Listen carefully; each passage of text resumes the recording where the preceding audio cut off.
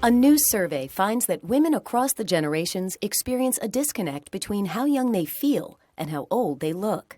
More than 80% of women in the survey say their faces show signs of aging.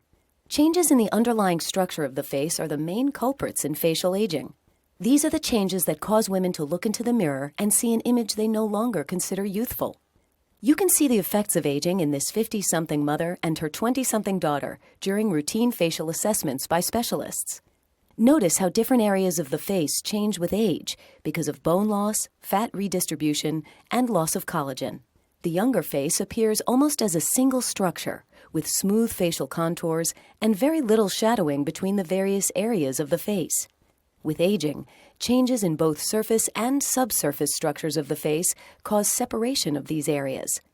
In normal ambient light, age brings undesirable shadows that appear at various locations on the face. The goal of aesthetic correction is to help individuals be the best version of themselves with a youthful, natural-looking result over time. Conversations about aging need to be more than skin deep.